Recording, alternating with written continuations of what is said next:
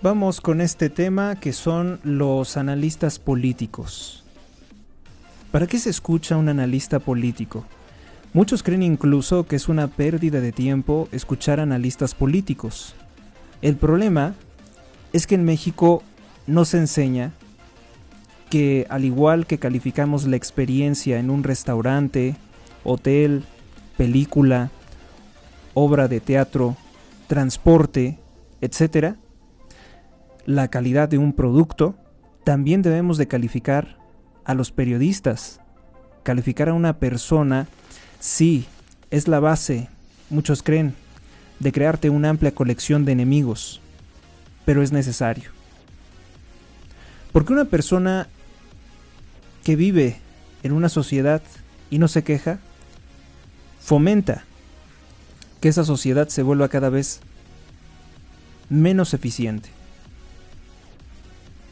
Se premia lo que es bueno, lo que tiene una calidad, lo que es objetivo, lo que es eficiente. Y se castiga y desterra lo malo, lo que no da resultados, lo que no funciona, lo que es pernicioso. Igualmente, pues así se debe de calificar, se debe de recomendar o desaconsejar determinados medios de comunicación, determinados analistas políticos. Se les debe de evaluar, calificar. Y esto se puede hacer incluso de forma matemática. Esto se debe de hacer porque el tiempo es un bien muy valioso.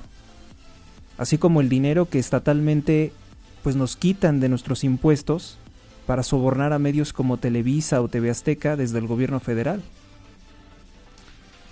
Debe, por tanto, sopesarse mucho el valor de un buen analista político.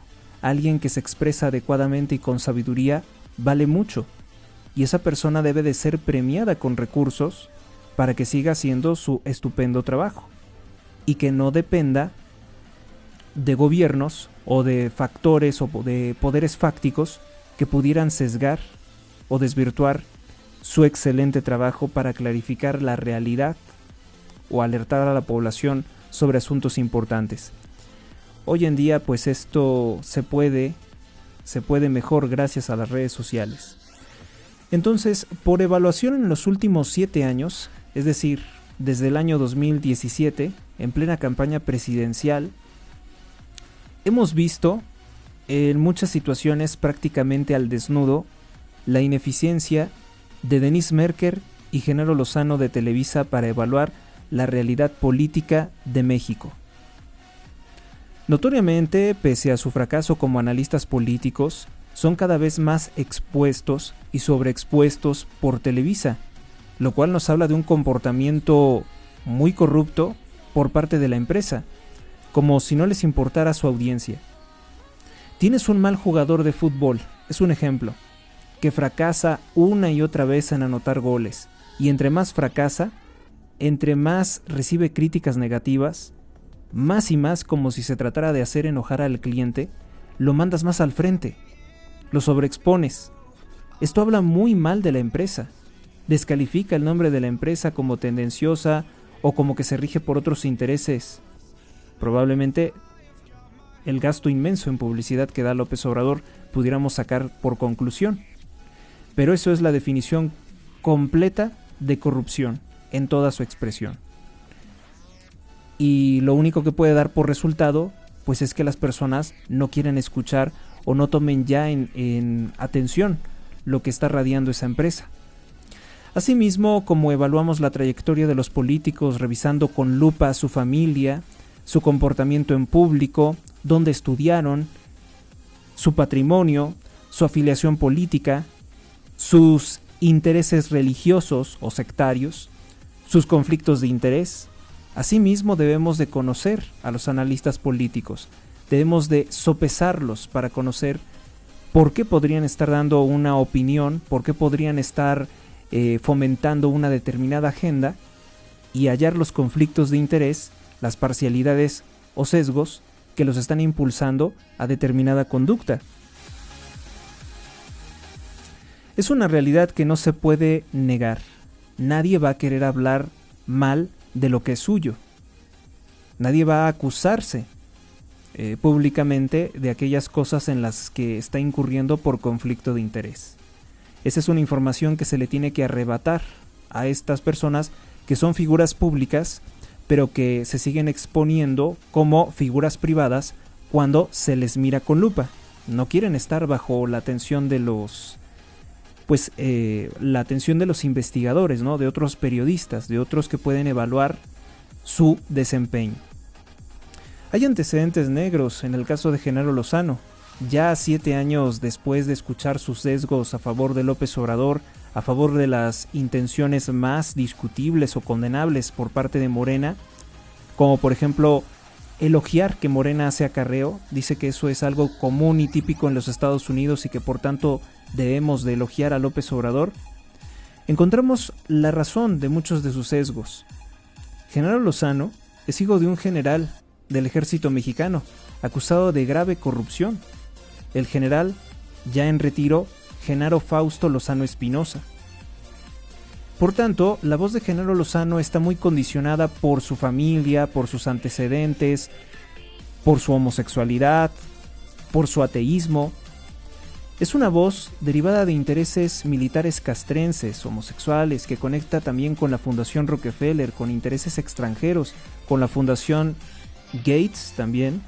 Vemos entonces una voz que tendría muchas dificultades para ser honesta y que está limitada o condicionada a muchos intereses y sobre todo ideologías, prejuicios, sesgos, fobias, filias. Son cosas que marcan mucho el comportamiento de Genaro Lozano. Vemos también pues esa voz particularmente anticatólica, con un respaldo descarado a los proyectos de López Obrador, aunque carecen de interés social. Entonces, escuchar a una persona así no sería entonces, por tanto, de interés para una persona que quiere compartir, que quiere nutrirse de opiniones o de valoraciones objetivas. Podemos concluir entonces, así, sin ahondar tanto en los antecedentes de Genaro Lozano y su utilización de aplicaciones para obtener sexo ocasional, podemos concluir que la familia, que es un comunicador, es un periodista con una familia con afecto o prejuicios en el servicio público. Ese sería su conflicto de interés. Por otro lado, tenemos a Denise Merker. Igualmente ella es una comunicadora con un sesgo homosexual. Su origen judío también condiciona mucho su visión. No puede comprender mucho a los cristianos o a los católicos mexicanos. No puede comprender su fe.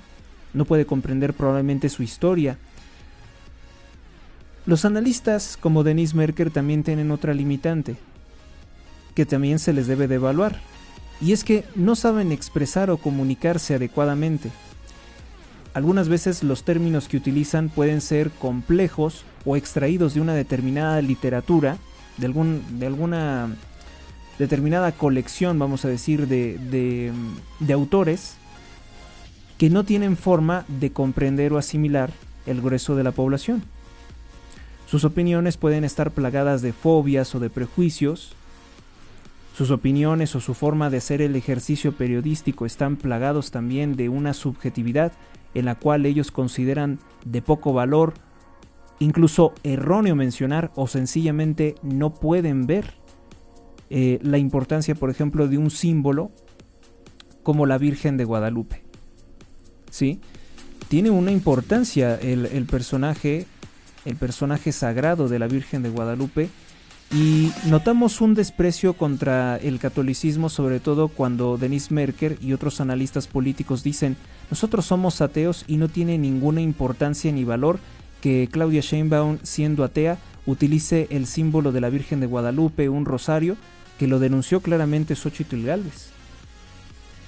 Yo creo que es espléndida, muy, muy clara, muy interesante, muy correcto, muy acertado, es la palabra correcta, muy acertado en un debate, hacerle ver a los votantes que Sheinbaum se conduce de una forma falaz ante el pueblo de México, que también destruyó una iglesia católica en Tlalpan, el Señor de los Trabajos, simplemente porque ella no le da ningún valor a los símbolos religiosos, al centro de devoción, a un sitio sagrado. Utilizó la fuerza pública para destruir imágenes religiosas. Eso está plenamente demostrado y grabado en video. Y nuevamente pues Sheinbaum no tuvo la capacidad de responder diciendo que eso ya estaba aclarado. Una posible explicación a este comportamiento en el cual ellos consideran que no tiene importancia todos estos aspectos que sí tienen valor e importancia para los católicos mexicanos, para el grueso de la población mexicana, es que la visión de Genaro Lozano y de Denise Merker es la opinión de analistas políticos cuya visión, es decir, prejuicios o subjetividad, están dominados por una visión atea, homosexual, anticristiana, judía y extranjera. Es decir, una forma de ver el mundo que no es importante, no es interesante para la nacionalidad mexicana. Otros analistas, porque hoy en día fueron muchísimos, hoy fueron lo dominante. Los analistas políticos, al darse cuenta de la buena participación de Xóchitl Gálvez en el debate del domingo 19, al darse cuenta de cómo se desbordó la manifestación de la marea rosa en respaldo de Xóchitl Gálvez en el Zócalo de la Ciudad de México y que fracasaron todos los intentos de sabotear la manifestación, hoy lo que dominó entre los supuestos líderes de opinión de los medios comerciales fue atacar y minimizar, demeritar, desprestigiar la participación de Xóchitl Gálvez en todos estos eventos. No fue tan importante. Tuvo una pésima participación en el debate, es lo que ellos están diciendo. Es el caso de María Scherer y Lorena Becerra. Scherer, pues ya saben de dónde viene. Es una señora que tiene por familia aquel señor militante comunista de Julio Scherer García, creador de la revista Proceso, y que obviamente tiene un sesgo a favor también de los intereses de Claudia Sheinbaum en gran medida. O sea, aunque ustedes no lo crean, aunque ustedes puedan leer que María Scherer ha sido crítica con Morena, hay prejuicios familiares o propios de su formación o de su visión del mundo que limitan mucho poder comprender o poder expresarse adecuadamente sobre el asunto que implica un conflicto, una divergencia gravísima entre Sheinbaum y el pueblo de México, que es irreconciliable. O sea, nunca se va a poder reconciliar la visión atea comunista de Claudia Sheinbaum con la visión del pueblo de México.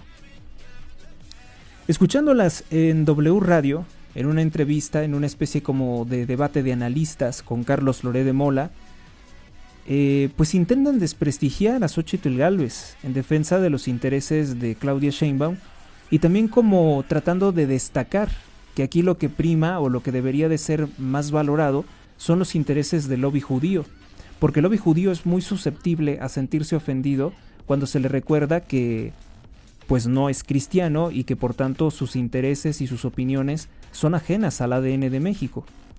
Estos analistas y varios periódicos, incluido el periódico El Universal, lamentablemente intentan decir que Xóchitl Gálvez no fue relevante, que estuvo muy mal en el debate, casi que fue pésima. Intentan, por ejemplo, ocultar lo que ocurrió, lo que se desarrolló en el debate. Los que vimos directamente el debate pues no nos pueden mentir, pero habrá personas que por estar ocupados el fin de semana en otras actividades, pues no vieron directamente el debate. Y si escuchan estas opiniones, las hacen suyas, lamentablemente, en muchas ocasiones. Usted y yo vimos el debate, supongo que la mayoría de los que me están escuchando vieron el debate. Creo que Xóchitl Gálvez incluso ha tenido una evolución política cada vez a mejor. Cada vez más se ha alineado a representar la visión del pueblo de México, que eso se había puesto mucho en duda al principio de su campaña, sobre todo descalificada por personas como Gilberto Lozano o Eduardo Verástegui, que han tratado de erigirse como los dueños de la catolicidad y realmente no lo son. Uno es un violento, gritón, exagerado y abusivo, y el otro pues tiene un historial negro e intereses corruptos con la familia Slim que le invalidan como una voz católica, además que no tiene ninguna experiencia política. Ridículamente, las analistas políticas Lorena Becerra y María Scherer dicen: eso de la Virgen no tiene ningún lugar en el debate. No sé a quién se está refiriendo ese mensaje, está completamente fuera de lugar. Eso de la Virgen no viene al caso. Eso es lo que dicen todos los analistas políticos. Eso de la Virgen nunca debió de decirlo Xóchitl Gálvez, dicen los analistas políticos. ¿Por qué no? ¿En qué está equivocado mencionar esto? El mensaje es fuerte y claro, y está dirigido específicamente al grueso de la población mexicana, a los católicos mexicanos. Nos está diciendo Xóchitl Gálvez que tenemos al frente a una judía atea, hipócrita, que se está haciendo pasar por cristiana, solo por oportunismo político. Xóchitl Gálvez le reclamó: ¿le fuiste a decir al Papa Francisco, a su santidad, todas las cosas malas que has hecho aquí en el país? Lo del colegio Repsamen, lo del colapso de la línea 12 del metro. ¿Cómo es que no hay nadie detenido por ello? La iglesia que mandaste destruir, ¿se lo dijiste al Papa Francisco también? ¿La iglesia que destruiste en Tlalpan? Eso está perfectamente bien. Es el llamado al voto católico mexicano. Como católico mexicano, está diciéndote Xóchitl Gálvez, no puedes permitir que llegue una judía atea hipócrita, una mujer hipócrita ante todo, como Claudia Sheinbaum, a ocupar el poder.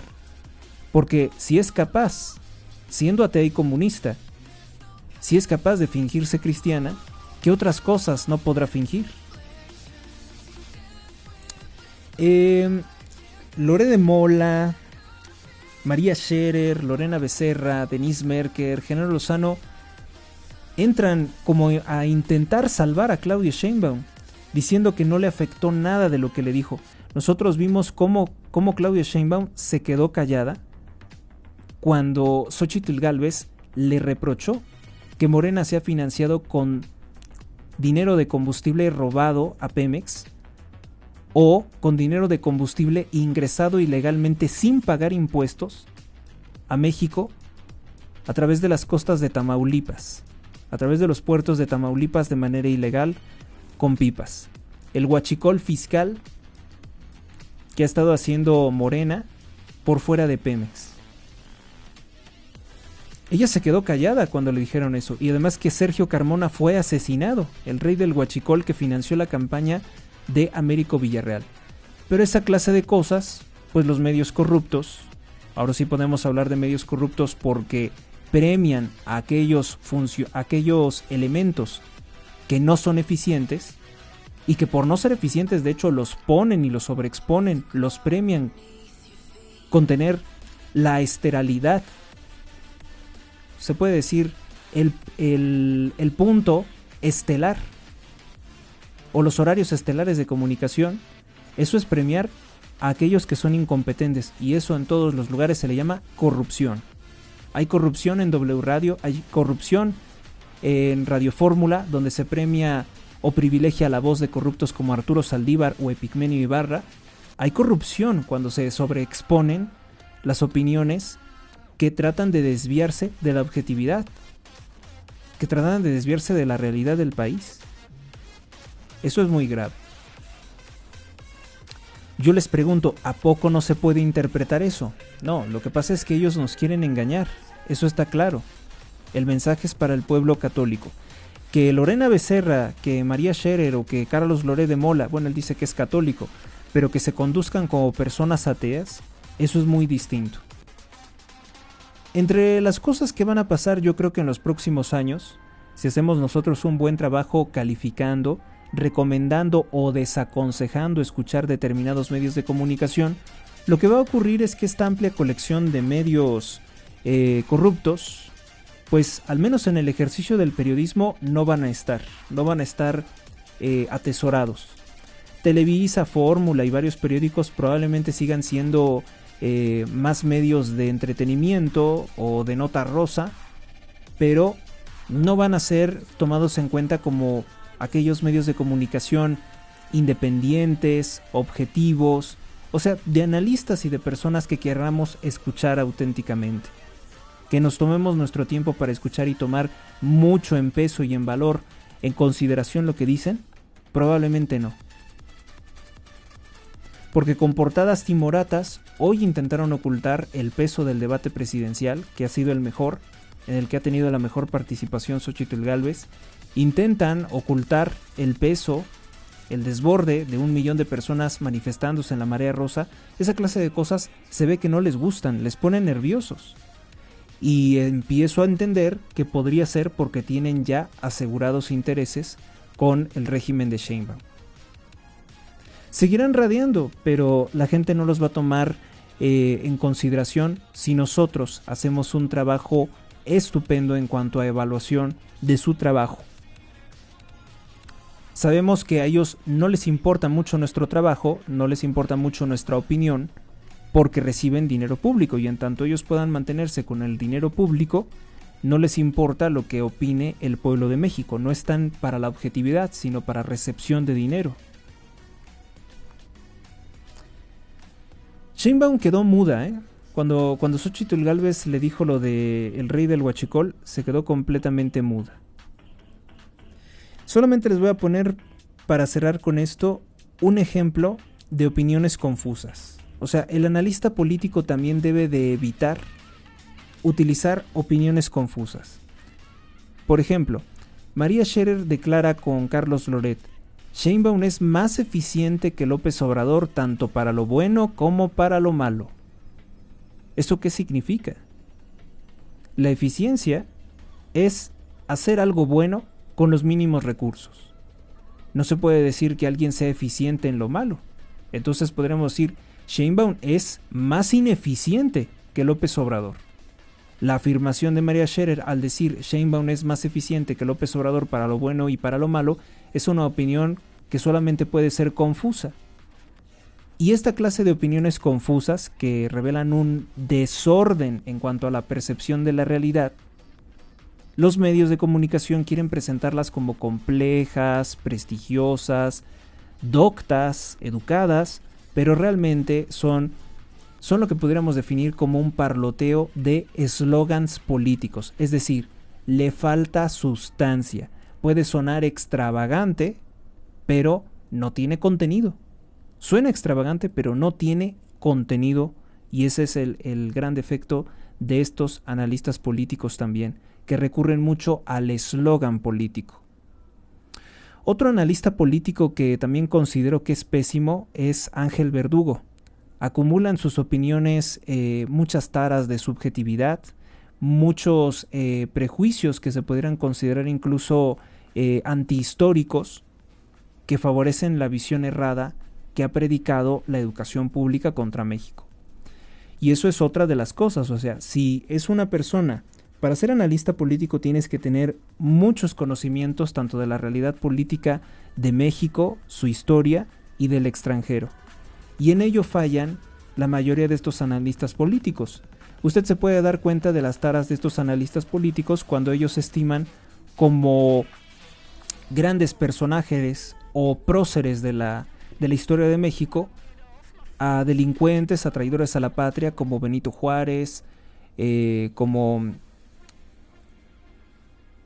Madero, como Francisco y Madero,